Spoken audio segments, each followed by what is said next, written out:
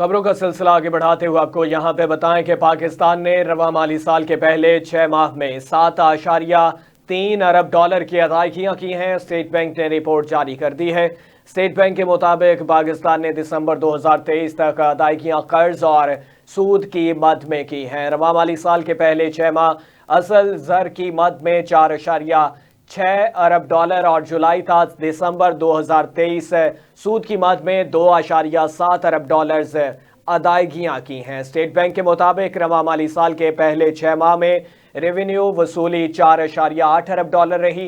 State bank کے مطابق مالی سال 2023 میں سود اور اصل زر کی مد میں مجموعی طور پر 20.82 ارب ڈالر ادا کیے گئے۔ اکتوبر سے دسمبر تک 2023 تک اصل زر کی مد میں 2.58 ارب ڈالر اور سود کی مد میں 1.54 ارب ڈالر ادا کر دیے گئے۔